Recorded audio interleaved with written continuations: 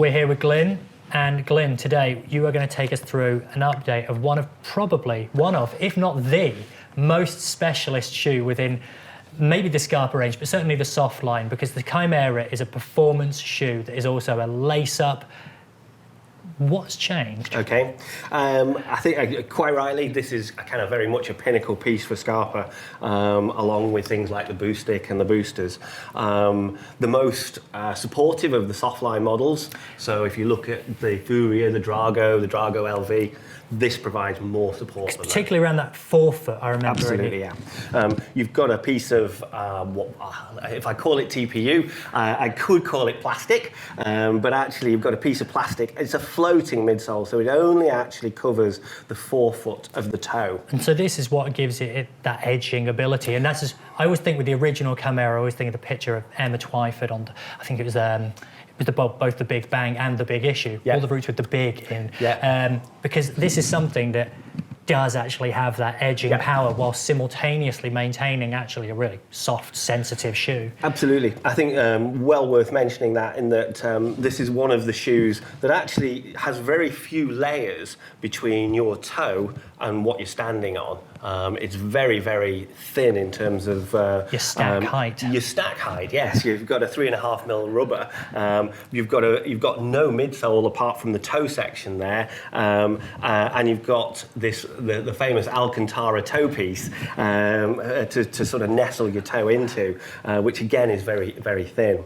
In terms of this model, Heinz has really tweaked as modern materials have become available that weren't available a couple of years ago.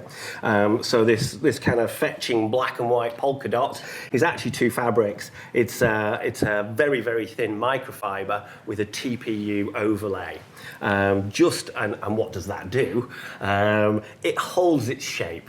It provides kind of a degree of elasticity, but it won't stretch beyond that shape, so it's still providing that compression and power. Layman's terms there, Glyn, I like it. And for the audience at home, when Glyn's saying about how this is two fabrics, I have looked at this as close as I possibly can, and it looks like one, but this goes into the level of detail that I think Scarpa look at these things in terms of, like, there is no kind of expense spared as well. No. In terms of, it's all about the fabric and the performance and the fit and the benefits of the interplay between those three. Absolutely, absolutely. I mean, as we mentioned, the Alcantara toe piece is a seamless piece of Alcantara nestled into the toe section. Why use that fabric? One, it's incredibly thin. It also holds its shape as well. It's very, very durable. It costs a fortune, but as you say, there's no... The fit and feel, I think the feel as well of that Alcantara. I know that, again, we've spoken to Nathan Hoett, Scarpa designer in the past. Yep. He said it's like when people go to the moon, their bum cheeks are sitting on an Alcantara seat. And that's absolutely a statement of just how tech it is. Yeah. There's space materials inside of this shoe. Yeah, absolutely. So obviously outer fabric, the last change very, very slightly. So we moved to the last that we use on the boost stick and the booster. So it's a couple of millimeters wider at the forefoot.